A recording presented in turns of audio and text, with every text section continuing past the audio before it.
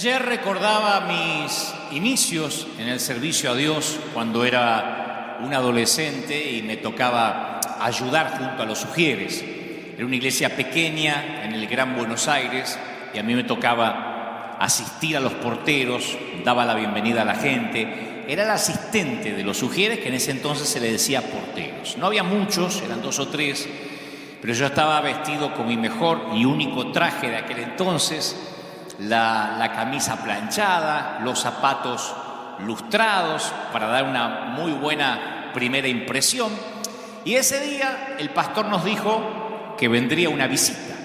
Él dijo: tengo muy buenas noticias, dijo Felipe, hoy vamos a tener una visita, gente nueva. En ese entonces no sucedía mucho, nos conocíamos todos. O sea, no había mucha gente nueva, excepto que algún miembro de la iglesia trajese a un familiar que se estaba quedando en su casa. Por lo general era muy raro que tuviéramos gente nueva. Nos conocíamos siempre, éramos una veintena de personas que nos congregábamos siempre los mismos en el mismo sitio. Así que las visitas no eran frecuentes en esa pequeña congregación. Y le preguntamos al pastor cómo sabía que iba a venir una visita, y él dijo que durante la semana una mujer había llamado por teléfono pidiendo indicaciones sobre cómo llegar. La mujer explicó que estaba pasando por momentos difíciles, que aunque se consideraba católica, solamente había estado en una catedral católica cuando la bautizaron de chiquita, nunca había regresado, excepto para alguno que otro funeral, y quería darle una oportunidad a la iglesia cristiana. Así que justo antes de que comenzara el servicio, yo me acuerdo que me ubico en la puerta. Yo tendría, 12, 13 años, no había llegado todavía a los 14, eso seguro, pero tendría 12 o 13.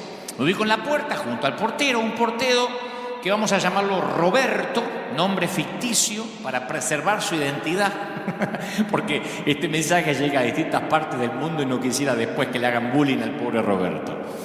Y la vimos llegar a la dama, mientras que en esa iglesia que me congregaba, todas las hermanas usaban vestidos casi todos largos hasta los tobillos, estaban completamente tapadas. Nuestra visitante, que conducía su propio automóvil, cerró la puerta de su auto con la misma mano que sostenía su cigarrillo, así que apagó el cigarrillo ahí cerquita de donde estacionó. Vestía jeans apretados, una camiseta ajustada sin mangas, más o menos lo que me acuerdo, y yo pensaba en dilucidar cuál sería el problema de esta dama que dijo: necesito ayuda, un novio abusivo, adicción a las drogas, desempleo, abandono, todo eso y más, porque daba con el perfil de una mujer. Ya apenas estacionó, entre lo que salió del auto hasta la iglesia, hasta el templo, podía uno ver que era una dama que tenía problemas.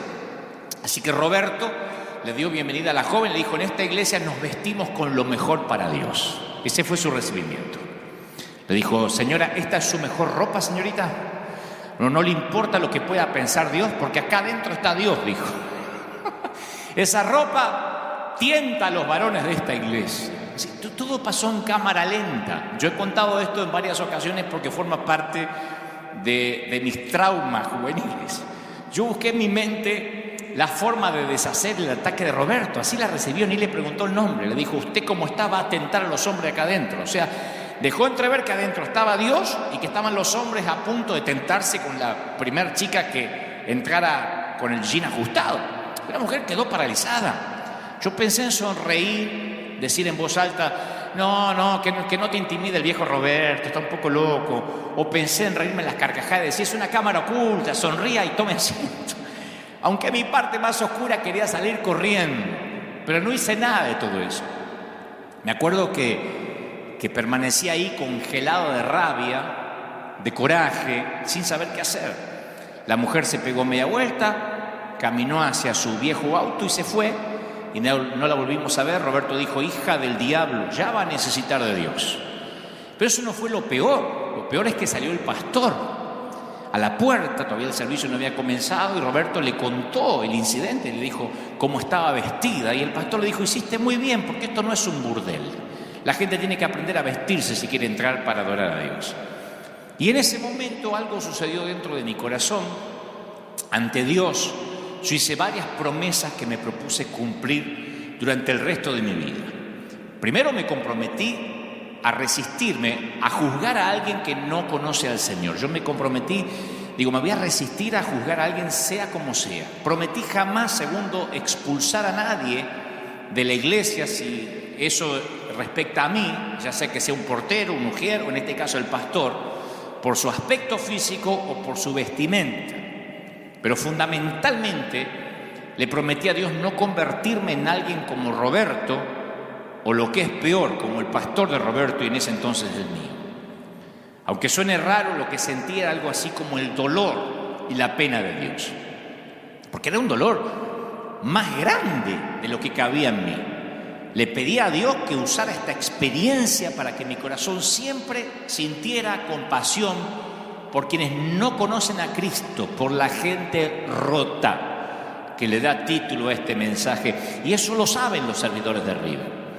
Los servidores de esta iglesia saben que soy, por lo general, alguien amable, cordial, pero si algún día quieren verme enojado o sacado de las casillas, tengo que presenciar que maltratan a alguien en la puerta por su vestimenta, por su manera de ser, porque no coincide su peinado con lo que sería una iglesia, porque la Biblia narra en más de una ocasión que el Señor justamente se codiaba, hablaba con todo ese tipo de gente rota. Eso es la iglesia. La Biblia de hecho narra que había dos personas muy diferentes en la misma fiesta. La historia es súper predicada en todas partes del mundo.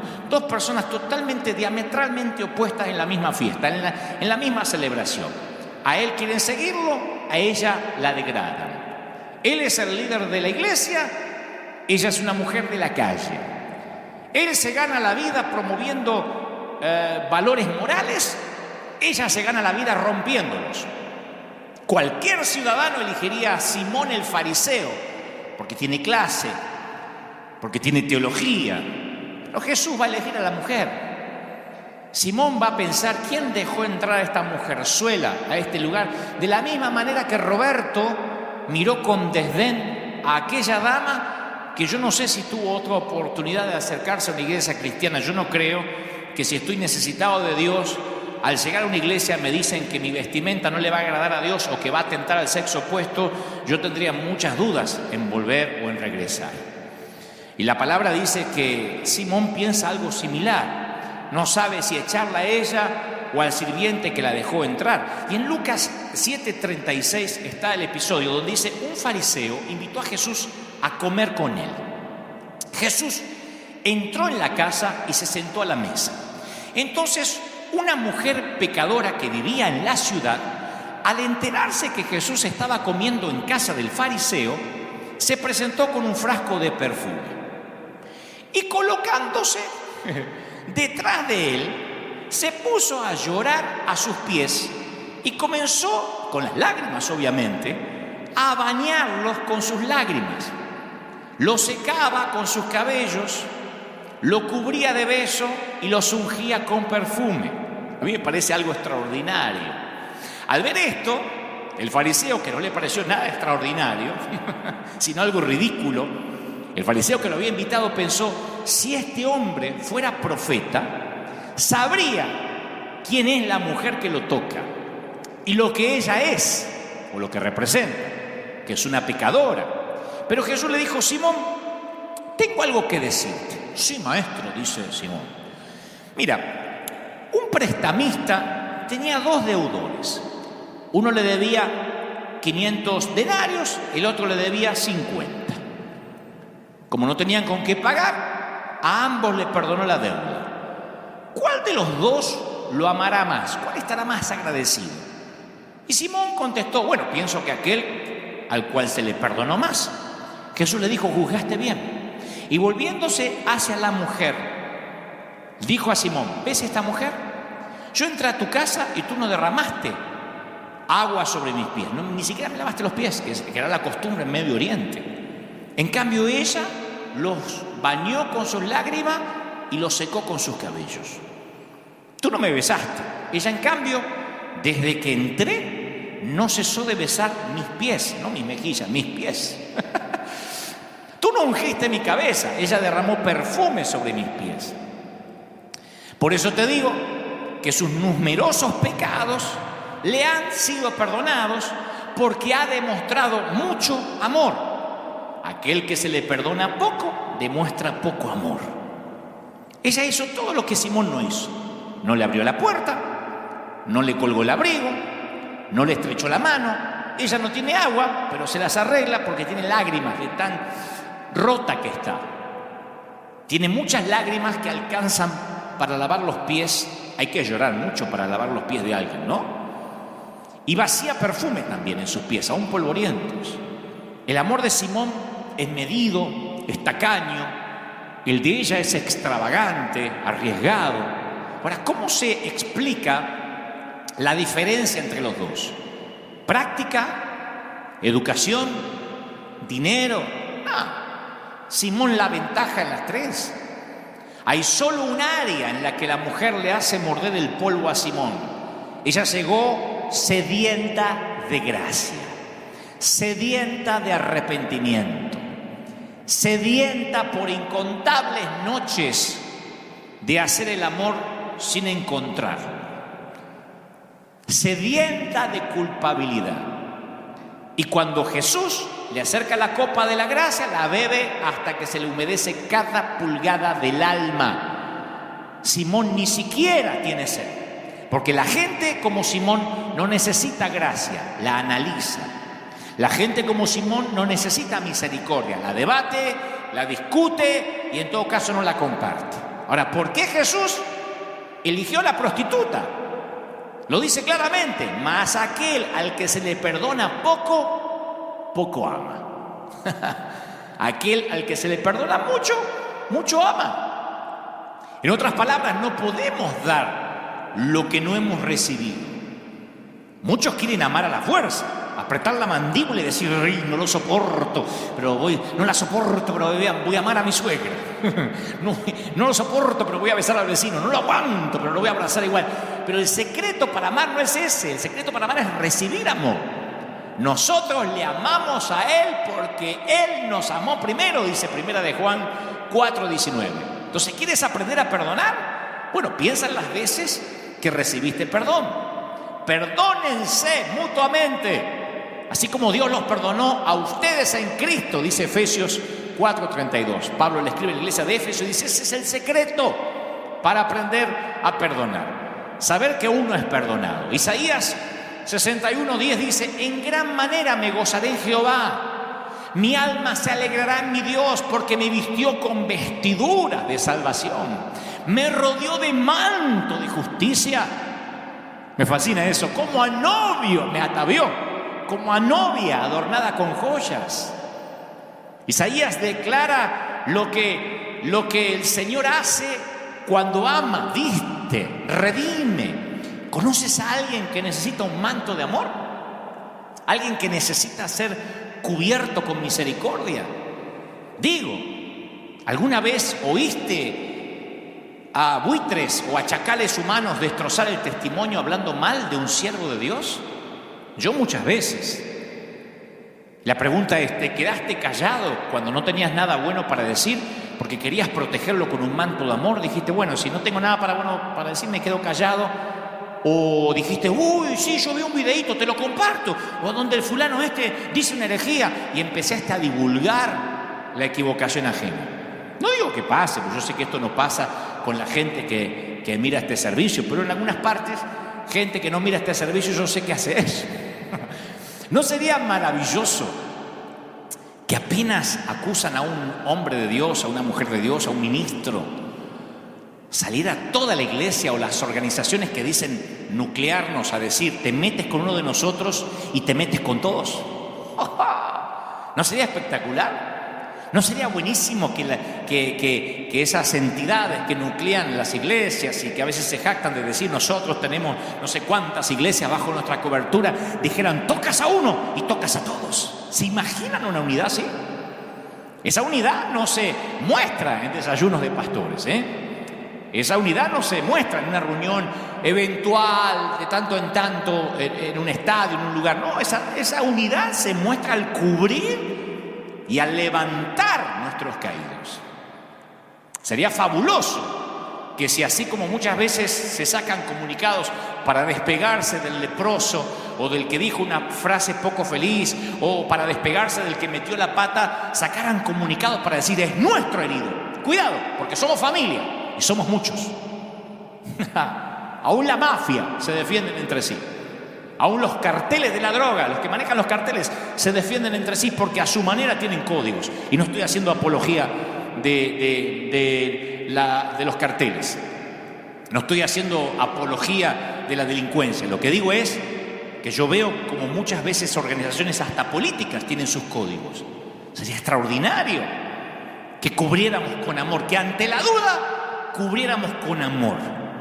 El querido Juan Carlos Ortiz siempre me dice, mira querido, cuando llegue al cielo, yo prefiero haberme equivocado por dar gracia y por amar, que haberme equivocado por hacer justicia y odiar.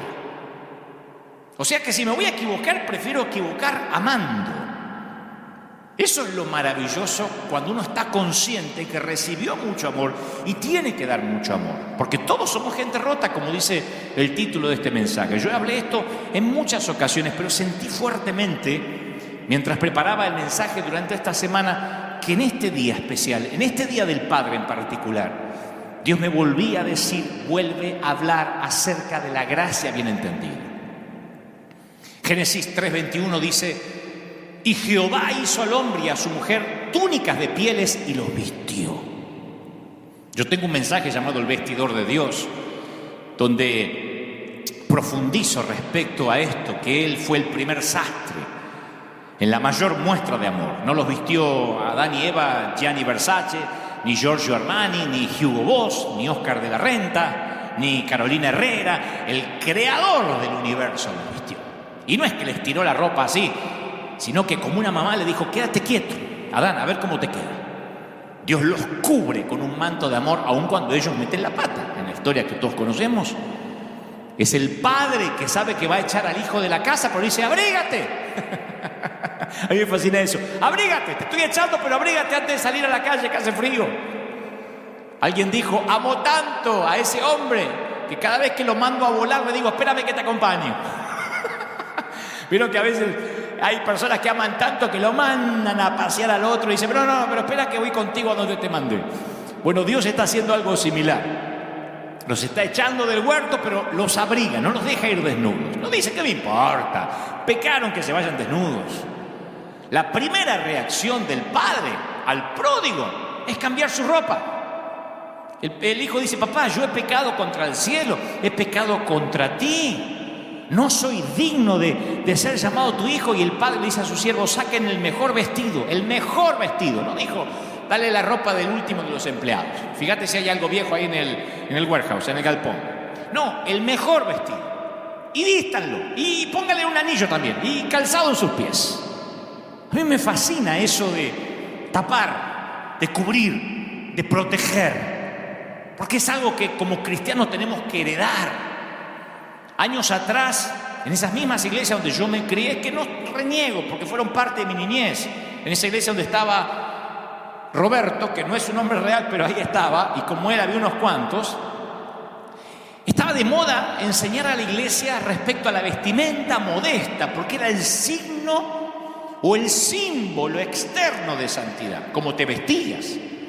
Si eras varón, cómo te cortabas el cabello, eso era determinante. No importa que algunas mujeres tuvieran una lengua bífida y hablaran de todo el mundo y fueran chismosas, si usaban el vestido largo y tenían un moño y un rodete gigantesco acá y no se teñían ni se depilaban, eran mujeres santas. Entonces, por años enseñaban lo que podían y lo que no podían usar. Y nos limitamos a la apariencia externa. Y si el paciente estaba vestido decorosamente, estaba bien. No nos interesaba qué había debajo de las vendas, si había hemorragias.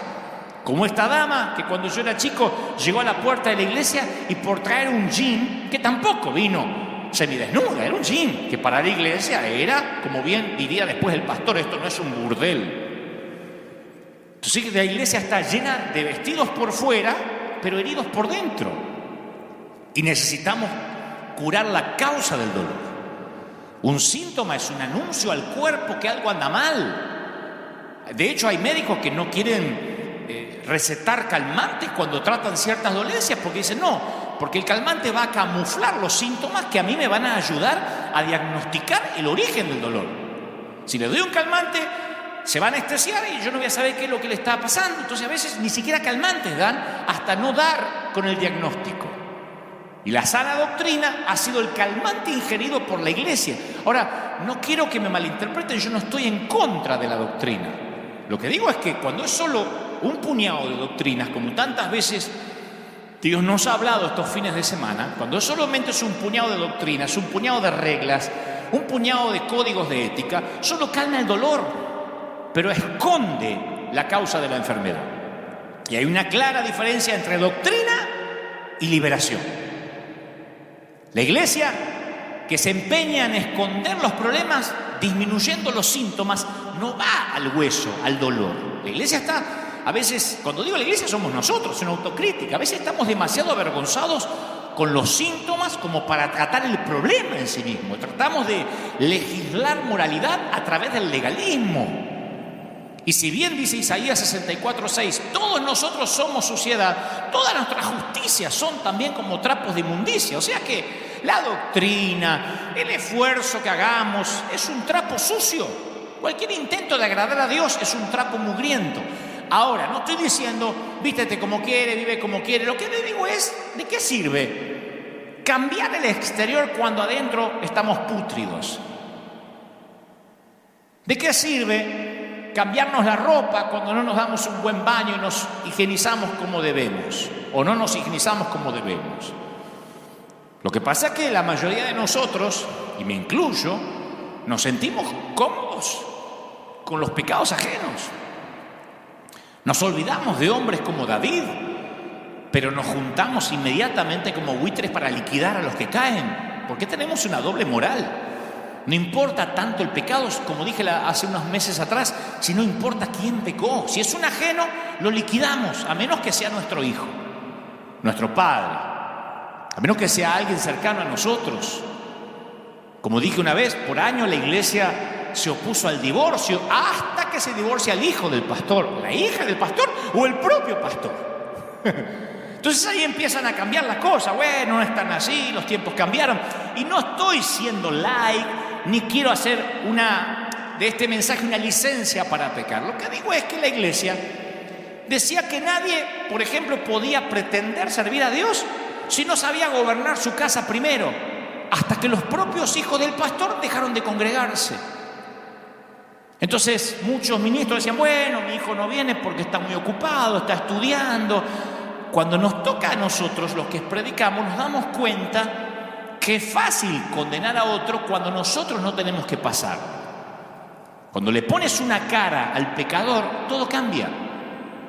Cuando al pecador le pones una cara, deja de ser simplemente un pecador, es alguien. Hace un tiempo, yo no había contado esto en público, hace un tiempo una dama cuyo nieto se congrega en nuestra iglesia vino a visitarnos. Ella se congrega en otra iglesia, su nieto se congrega aquí en River. Y en un momento esta dama me dice, allá en nuestra iglesia empezaron a venir los homosexuales. Yo le digo, ajá. Me dice, sí, nosotros le oramos, le damos un par de domingos para que cambien, si no tienen que irse. Le digo, ¿le dan un par de domingos? Sí, si no cambia rápido, dice, porque si los dejas quedarse, se te empieza a llenar de gente como él. No hay que dejarlo que toque las cosas santas, y menos que quieran servir a Dios. Así que yo respiré profundo y le dije, mire, yo no quiero decirle esto, pero su nieto me confesó que tiene serios problemas con su orientación sexual, ahora que lo dice. Y se quedó fría la mujer. Le digo, mire, no quería decirle, pero ya que me sacó el tema, voy a seguir su consejo. Lo voy a quitar de todo lo que está haciendo en la iglesia y hoy mismo lo pongo de patitas en la calle, lo voy a echar de la congregación, voy a sacarlo con seguridad.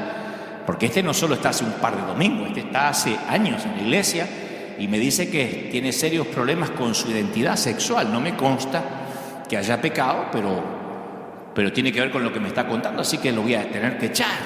Y el rostro de la dama se transfiguró. Me dijo, ¿no es cierto? Le digo, sí, lo es.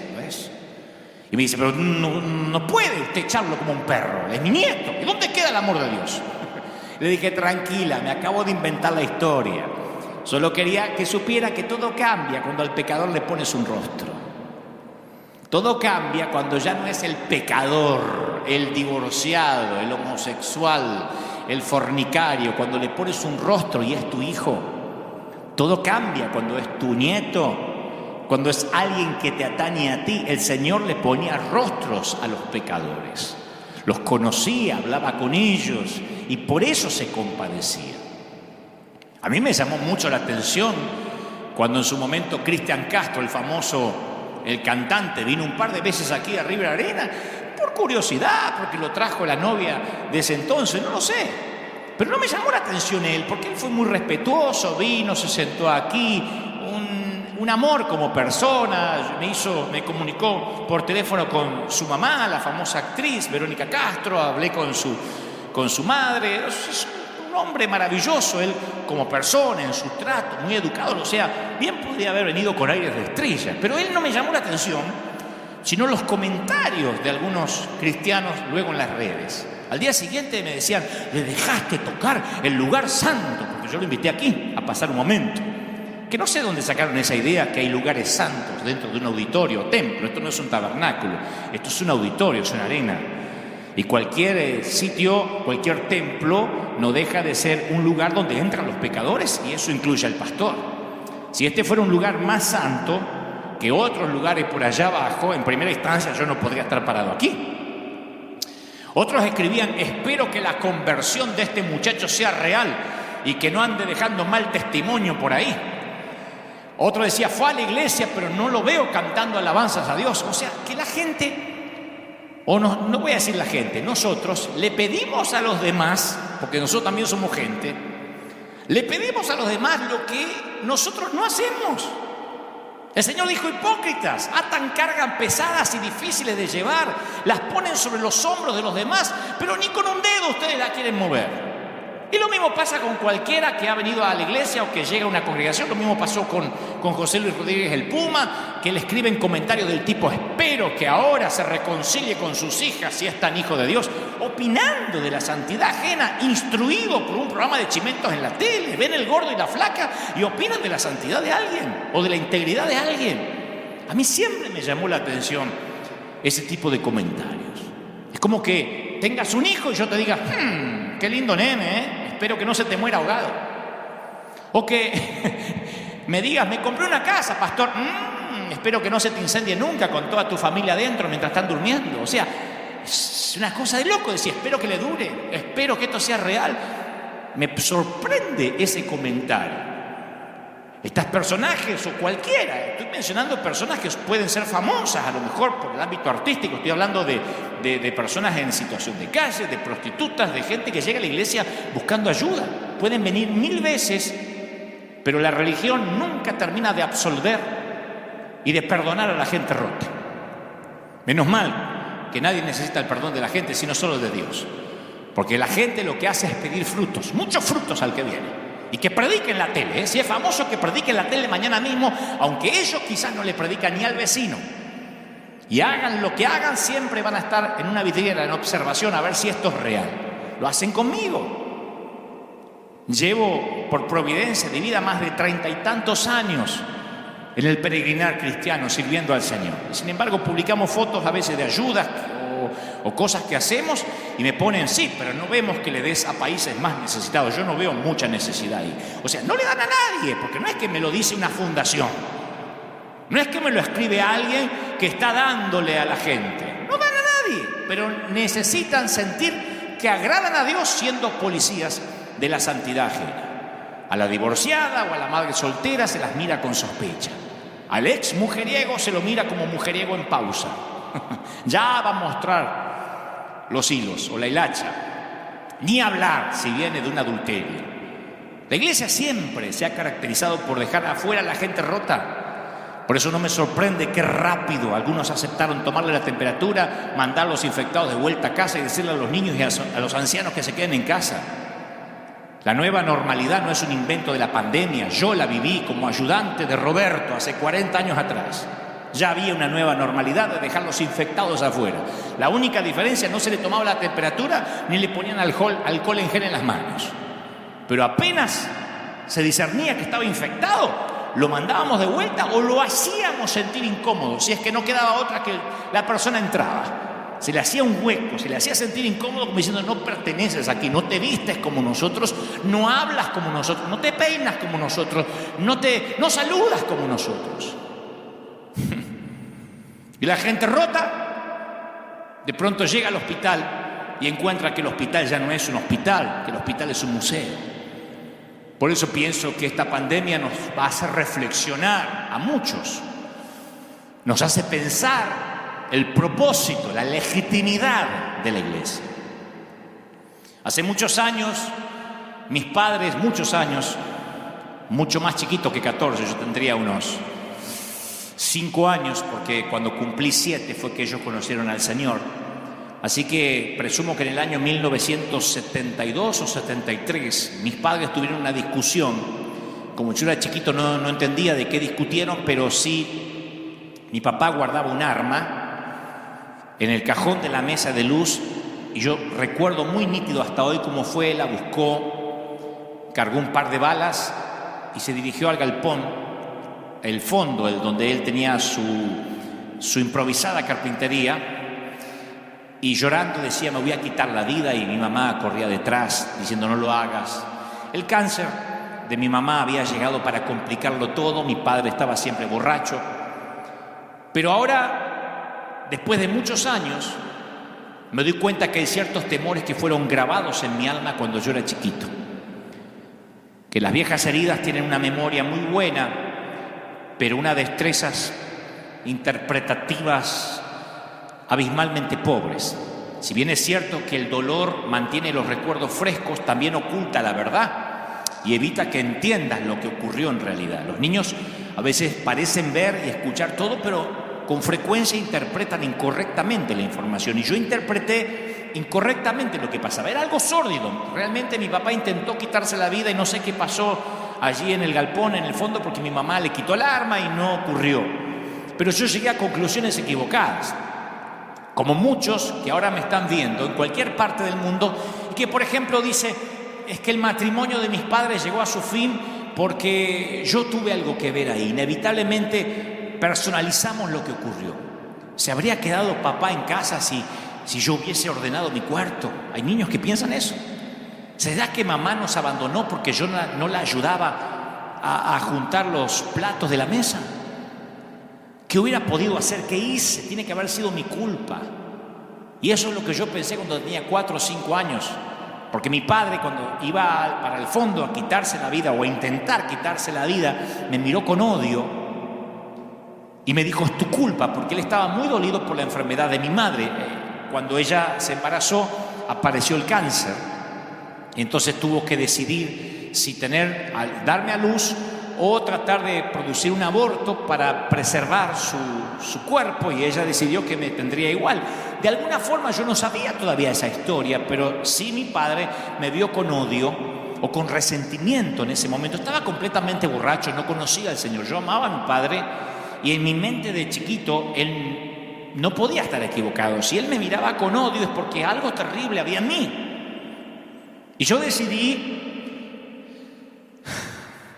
que nunca más iba a permitir que alguien se acercara a mí lo suficiente como para ver lo que mi papá había visto en mí. No sé qué vio malo, pero yo dije: nadie se va a acercar mucho a mí. Nadie se dará cuenta que algo está mal conmigo.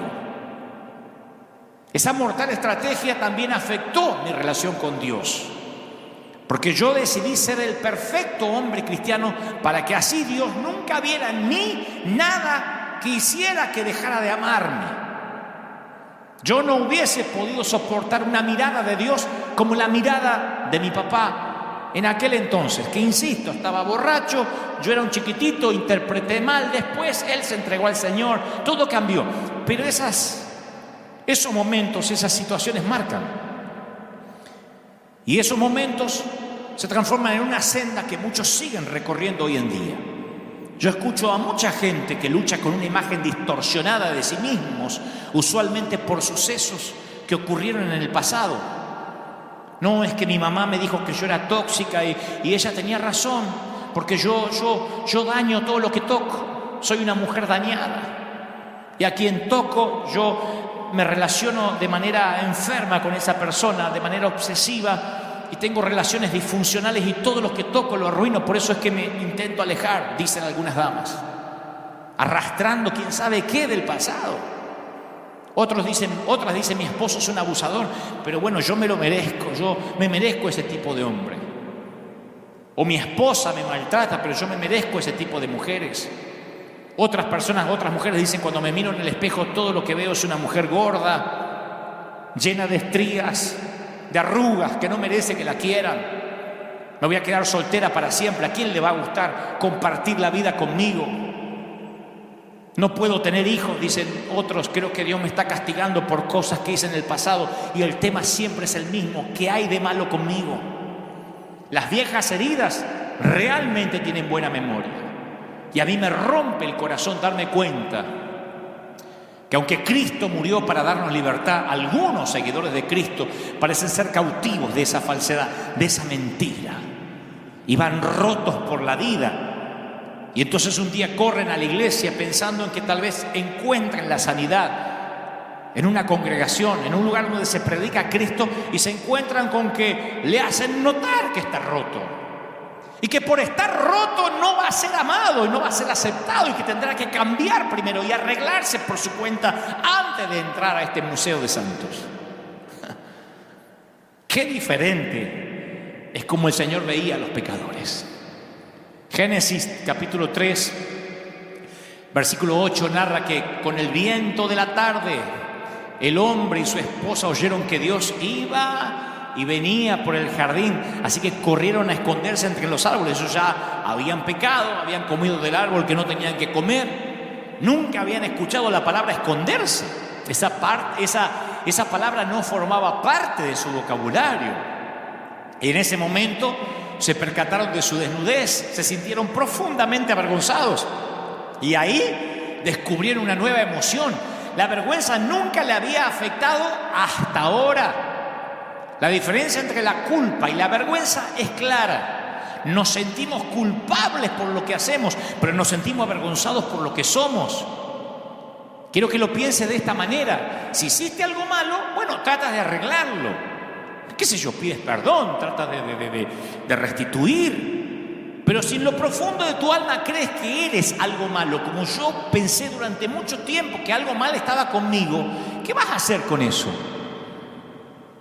¿Conoces esa sensación de tener vergüenza de acercarte a Dios? Yo la conocí casi toda la primera parte de mi juventud. Yo pensaba siempre que Dios me miraba con odio, que algo mal había en mí. Y ahora Adán y Eva tienen ese instinto que a mí me parece familiar, porque ellos no corrieron hacia Dios o se tiraron a sus pies y le explicaron lo que había ocurrido. En lugar de eso se escondieron. Y ese es el triste y horrible legado edénico del quebranto. Esa fue precisamente la intención de la serpiente. Romper la relación especial, la camaradería que existía entre Dios y su creación y sus hijos.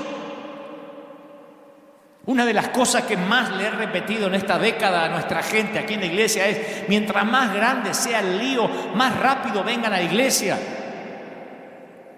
Una vez, hace relativamente poco, fui a una boda y me encontré con un muchacho que se congregaba aquí, que tuvo un serio problema matrimonial, se divorció y un día desapareció. Y ahí estaba en la boda, porque resulta que vino para estar con quien se casaba.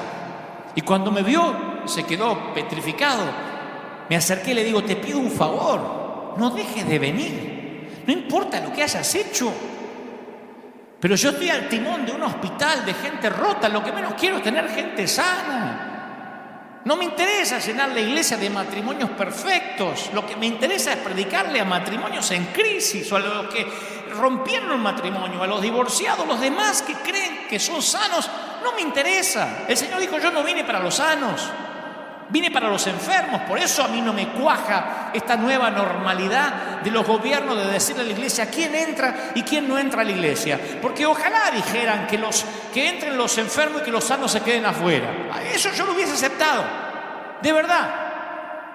Si hubiesen dicho los que están sanos que se queden afuera y los enfermos bajo su responsabilidad que entren todos, eso hubiese querido que ocurra. Aunque después alguno va a poner, y si eres tan valiente, ¿por qué no vas a un hospital? Claro que fuimos a orar por gente enferma con el COVID-19 y no nos pasó nada, porque mayor es el que está en nosotros, mayor es nuestro llamamiento. Y si tengo que perecer, que perezca, dijo Esther cuando fue a ver al rey. Si se trata de un llamado que es más importante que la vida, lo diré tantas veces hasta que quede claro. Pero trágicamente, la confianza que se rompió en el Edén dificultó muchísimo que corramos a Dios cuando metamos la pata. Cuando metemos la pata y menos que corramos a la iglesia. Cuando sientes que has caído, que has fallado a Dios de alguna manera, ¿cómo uno responde? ¿Cómo respondes? La mayoría de nosotros quiere esconderse. ¿Qué decimos? No voy más a la iglesia con la que me mandé. No, yo no tengo cara para ir a adorar a Dios. Fíjense el subconsciente colectivo cómo nos dice que hay que tener cara de santo para adorar a Dios. Ahora los pecadores no pueden adorar a Dios, tienen que adorar a los santos. Para mí entonces que no adora a nadie. Fíjense cómo el subconsciente colectivo nos engaña, que decimos, no, cuando yo me sienta mejor voy a ir a la iglesia. Yo ahora tengo una vida que la verdad, si voy a la iglesia Dios me fulmina, ¿no? Te fulmina a lo mejor el religioso, el fariseo, pero Dios no. Dios va a mandar a que te pongan el mejor vestido, aunque todavía huelas a puerco. Alguno podrá decir que esto es liberalismo, humanismo, pero esto es Biblia, esto es teología pura. Nosotros somos los que queremos huir, tratar de enmendar las cosas o arreglarlas un poquito por nuestra cuenta. Luego entonces, luego que arreglemos todo, entonces iremos a Dios y le explicaremos todo. Pero eso no resultó en el Edén, no resultará ahora. Ellos no pudieron ocultarle a Dios que estaban rotos y desnudos. Y yo sé que tú también te has estado escondiendo en ese sótano húmedo por mucho tiempo. Cuando el día comenzó a refrescar, el hombre y la mujer oyeron que Dios andaba recorriendo el jardín. Y entonces corrieron a esconderse entre los árboles. Adán y Eva no sabían cómo enfrentar su fracaso. Y nosotros tampoco. No nos escondemos ya tras los árboles, pero tenemos formas más sofisticadas de lidiar con la culpa. Algunos anestesiamos la culpa con una botella de tequila, con una hora de pornografía en internet. Y la culpa desaparece mientras que dura el happy hour, pero después aparece cuando regresamos a casa. Otros niegan la culpa. Pretenden que nunca tropezaron, ingenian un plan para encubrir la mala decisión, una mentira lleva a la otra, ajustan la segunda historia para que se ajuste con la primera historia y piensan, ¿cómo puedo seguir manteniendo esta farsa? Tercero, son los que minimizan la culpa. Bueno, no nos equivocamos, nos extraviamos un poco, nos dejamos llevar por un momento, nos desviamos un poquito. Cuarto, enterramos la culpa. La escondemos detrás de un montón de trabajo, de un calendario de actividades, y mientras más ocupados estamos, menos tiempo nos queda para pasarlo con las personas que odiamos, o sea, nosotros mismos. Hay que llegar bien cansado a la cama para no mirarnos al espejo. Otros castigan la culpa. Conozco mucha gente que se lastima, se azota a sí misma, no usa látigos, entonces usa reglas. Largas reglas de cosas por hacer, ritos que acatar, penitencias dolorosas, disfrazadas de sana doctrina. Ora más, estudia más, ofrenda más. Estuve 40 días ayunando, creyendo que eso va a agradar a Dios, pero no es el ayuno prolongado lo que agrada a Dios si el corazón no es correcto. Otros evitan mencionar la culpa, no la sacan a colación, no le digas a la familia, mucho menos que se entere el pastor. Mantén todo muy superficial, cruza los dedos para que el monstruo de la laguna de la culpa se mantenga en lo profundo. ¿Cómo estás? ¿Bien? ¿Cómo estás? Hay gente que se pone la risa de Joker y así va por la vida. Otros desvían la culpa. Atacan a sus hijos, tienen explosiones de carácter, se desquitan con el cónyuge, le gritan a los empleados o al otro conductor. Otros neutralizan la culpa, deciden que nunca van a cometer un error, nunca más. Crean la foto de la familia perfecta y son cristianos perfectos, sacan muchas selfies y viven para las redes. Se mantienen al control porque todos los días suben fotos amorosos en las redes, parecen los Ingalls. Y compensan su error no tolerando los deslices ni las metidas de pata ajenas. Son los que dicen, yo cuido el testimonio. O sea, ellos creen que el testimonio es lo que se ve, no lo que son. Capaz que son parejas que se llevan como perro y gato, pero se sacan una foto para dar un testimonio que no existe, que es un falso testimonio. Como verán, los arbustos varían, pero siempre están allí los árboles donde la gente se esconde para que la iglesia no se entere que están rotos. Miren qué locura. Es como entrar a un hospital y decir que no se enteren que estoy enfermo, que no se enteren que estoy enfermo. ¿Y para qué vas al hospital? Adán y Eva se escondieron detrás de las hojas de higuera, de arbustos, de mentiras. Y no ha cambiado mucho. Nunca, escucha esto, nunca has sido ni más ni menos salvo que el momento que fuiste salvo por primera vez. Aunque esto cause urticaria en la teología de alguien. Puedes creerlo o no. Sé lo que te digo por experiencia con el Señor. Ninguna mala acción descuenta tu salvación. Ninguna buena acción la enriquece. Tu salvación no tiene que ver contigo, sino con la cruz. No te ahogues en la cloaca de tu propia condenación. Amamos nuestros escondites para que no sepan cómo somos. Algunos se esconden en la comida, porque es lo único que pueden tener algún tipo de control. Otros se esconden en las cosas. Un par de zapatos más, un bolso más, un vestido de diseño más, y me voy a sentir mejor. Pero nunca nos sentimos satisfechos.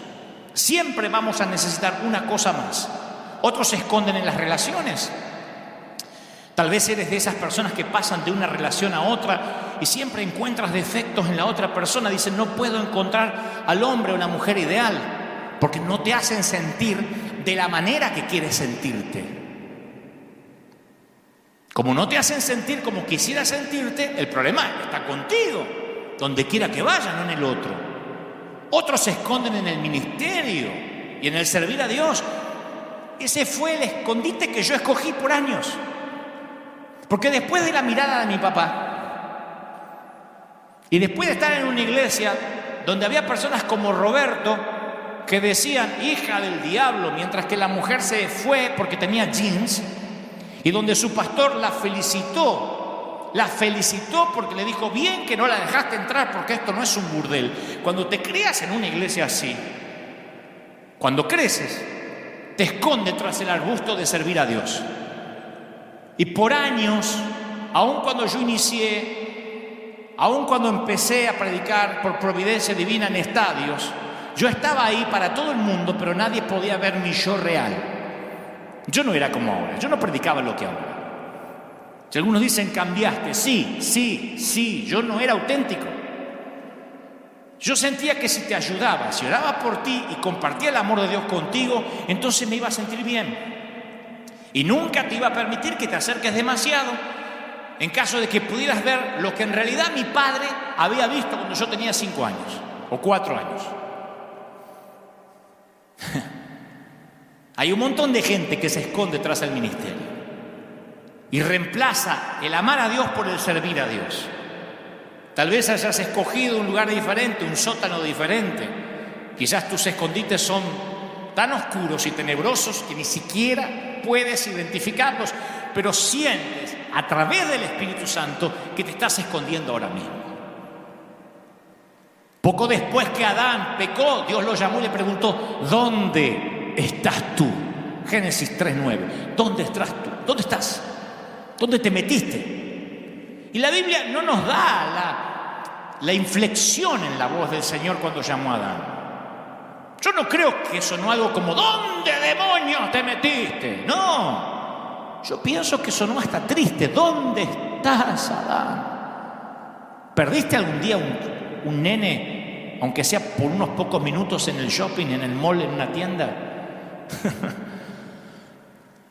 Yo estoy seguro que si preguntas dónde está tu hijo, hay angustia en tu voz. ¿Dónde estás? Yo creo que la pregunta de Dios estaba impregnada de gracia. El Señor no le preguntó ¿por qué te estás escondiendo? En lugar de eso le preguntó ¿dónde estás tú? ¿Puedes notar la diferencia?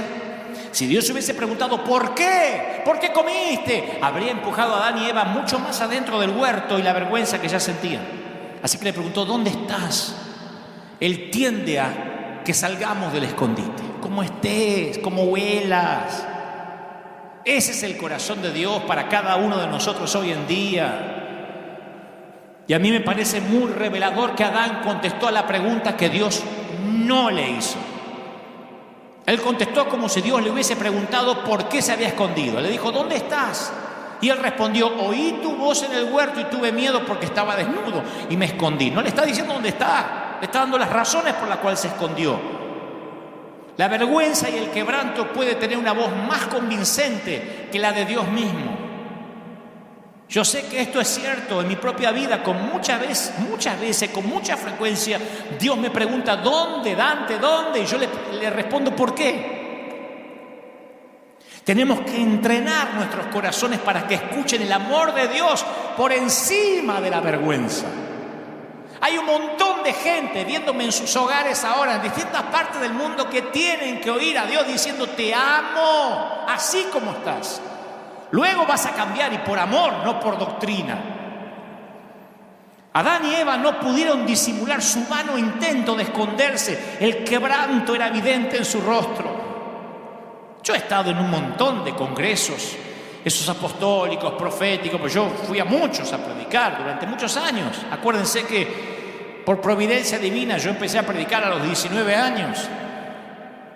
Así que llevo años en los negocios del reino, en los benditos negocios del reino. Así que yo he conocido a muchos predicadores, algunos que parecía que aparentaban todo el tiempo.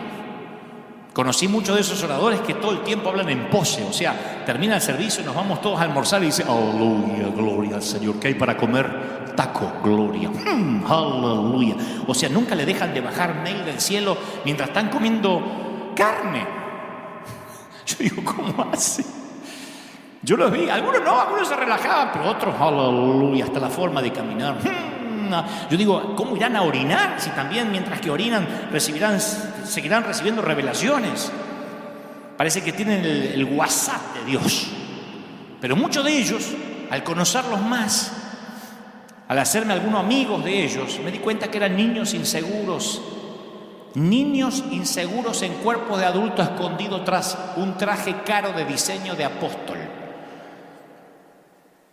Niños inseguros escondidos tras un traje. Preocupados, no todos, algunos de esos inseguros, preocupados si se los mencionaba o no, preocupados en mostrar que son tan públicos que necesitan seguridad privada porque alguien los quiere secuestrar, qué sé yo. Pero esas simples hojas de higuera no ocultan el dolor. Y menos sirven para ocultar el quebranto. Cuando nuestro Padre amoroso vio el patético intento de Adán y Eva por cubrirse, Él dijo, eso no va a ser suficiente. La Biblia dice que Jehová hizo al hombre y a su mujer túnicas de pieles y los vistió, no mandó que un ángel los vista. No dijo, a estos tipos no los quiero ni ver, agarrá que un ángel les tire un poquito de ropa y que se manden a mudar. Él los vistió. De hecho, si serían cubiertos, algo tenía que morir para que ellos sean cubiertos, porque los vistió con pieles. ¿De dónde salen esas pieles? ¿De animales? Miren qué metáfora más hermosa de Cristo, quien vertería su sangre para cubrirnos a todos. ¿Dónde sacó las pieles? No las sacó de un closet. Algunos animalitos tuvieron que morir para que ellos se vistieran con pieles que no eran sintéticas, Ya no tienes que esconderte. Eres amado tal cual eres. Qué lindo decirle a la gente, no necesitan ponerse una máscara. Si Dios te ve tal cual eres, no tienes que pretender estar bien siempre. Si te atreves a probarte este atuendo que Dios ha hecho para ti, te darás cuenta que está bien, que a veces estés mal. Yo tengo un mensaje que se llama "Está bien que no estés bien". Y aunque parece un juego de palabras, lo tenemos que aprender. Mi padre no tenía razón. Yo no ocasioné el cáncer de mi mamá. Yo era un bebé, yo no podía decidir nacer o no nacer. Pero aún así necesité que Dios me cubriera y me hiciera olvidar la vergüenza y me quitara la culpa. Y obviamente hiciera que pudiera amar a mi padre.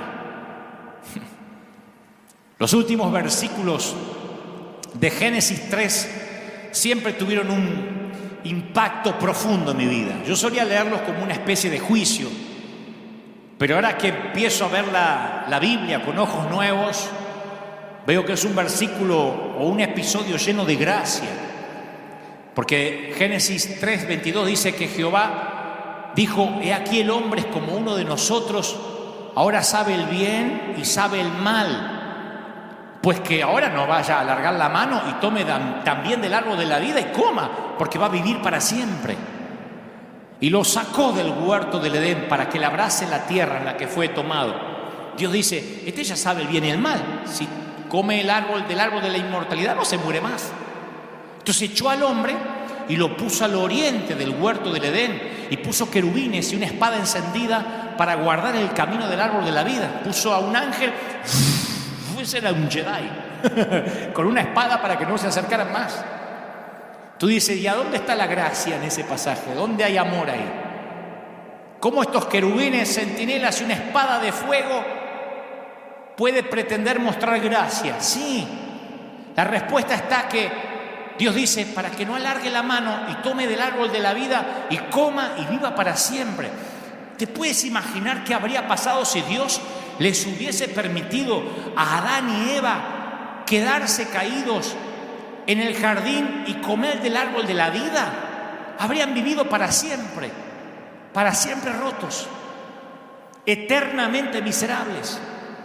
Hubiesen vivido para siempre arruinados por la culpa, para siempre temerosos, para siempre vacíos, muy vacíos.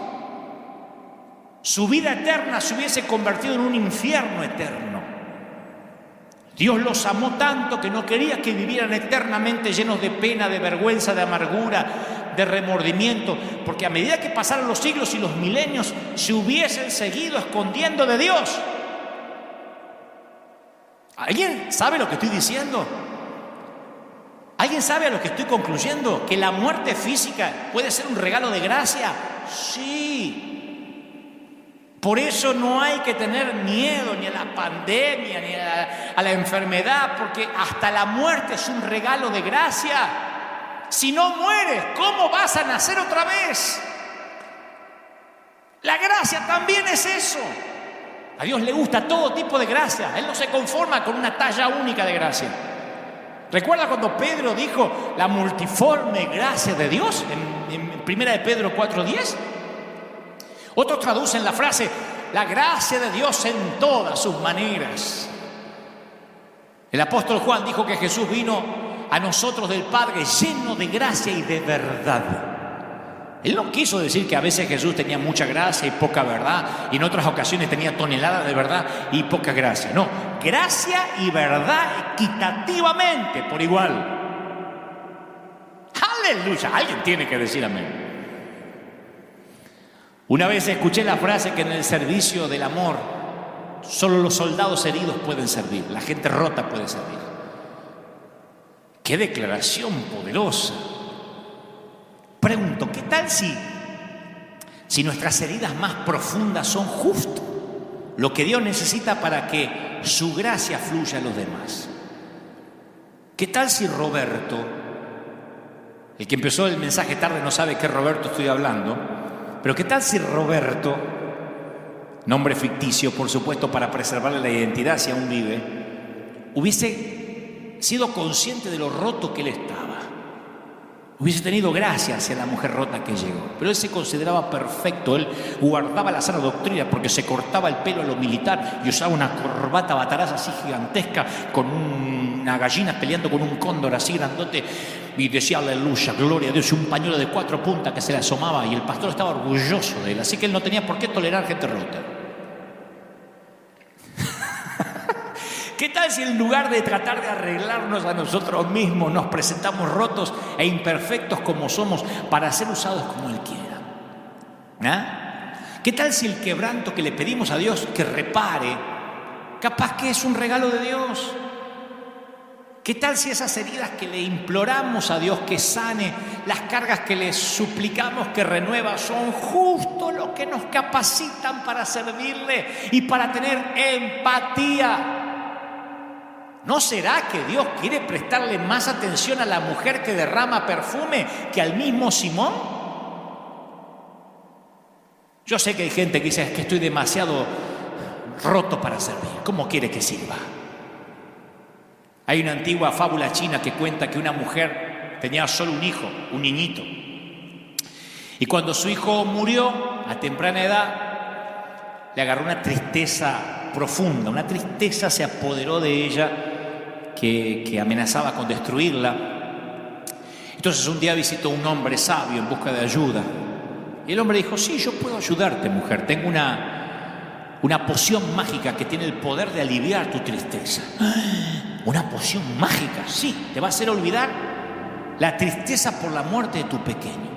Pero para hacer esa poción tienes que ir casa por casa en la aldea y conseguir un grano de arroz de una familia que nunca haya sentido el aguijón de la tristeza profunda. Si la familia a la que vas a visitar alguna vez las tragedias los golpeó, la tristeza llegó a sus hogares, no sirve el arroz que consigas. Tiene que ser un grano de arroz de una familia que nunca haya sufrido. Y esa comenzó desesperadamente a visitar una familia tras otra y descubrió que a aquella familia no se le había muerto un chiquito, pero sí el padre. Que aquella otra no se le había muerto el padre, pero estaban luchando contra un cáncer. Que aquellos no tenían para comer. En toda la aldea no encontró ni una sola familia que evitó la tristeza. Así que no pudo obtener su grano de arroz mágico. Pero a medida que sus amigos, que sus vecinos le hablaban de corazón sobre sus angustias, sobre sus tragedias, sobre sus pérdidas, ella escuchaba.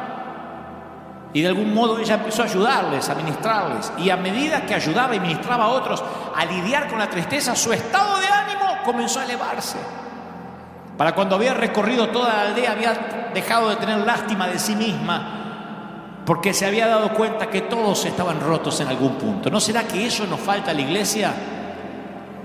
¿No será que los templos se cerraron por un tiempo para aquellos que somos iglesia nos demos cuenta ahora que todo el mundo está roto? Que muchas veces dejamos afuera a quien no debimos haber dejado afuera. Cuando le pones rostro al pecador, ya no es un pecador, es tu hijo, es tu padre. Me acuerdo que una vez vino a pedirme consejería a alguien que había metido la pata feo, ya por segunda o tercera vez, si no me equivoco. Y no me podía mirar a los ojos.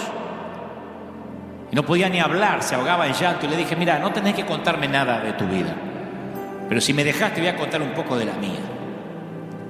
Y le conté algunos momentos oscuros míos. Y le dije, ¿sabés qué descubrí? Que Dios vive muy cerca del suelo, pegadito a aquellos que estamos rotos. Y alzó la vista y me miró a la cara. No es coincidencia que Dios haya puesto nuestros conductos lacrimales en nuestros ojos, ¿eh? El dolor tiene que ser visto a veces. Y oré por él antes de que se vaya. El servir en medio de nuestro quebranto es un hermoso regalo de gracia. No todo el mundo lo entiende, pero cuando te encuentras roto en las manos del Maestro, nunca jamás volverás a vivir la ilusión de que estás en tu propia fuerza o entero. Y en el servicio del amor, solo los soldados heridos podemos servir. Es fascinante cuando vas con miedo a hablar con tu líder y tu líder te dice, pará, mírame, yo también pasé por lo mismo o estoy pasando por lo mismo. Hace poco yo le comenté a un hombre de Dios alguna situación personal y cuando empecé a hablar pensé que él iba a querer chismear un poco más. ¿Y cómo? ¿Y esto? Contame. Me dijo, pará, a mí me pasa igual. Le digo, ¿en serio?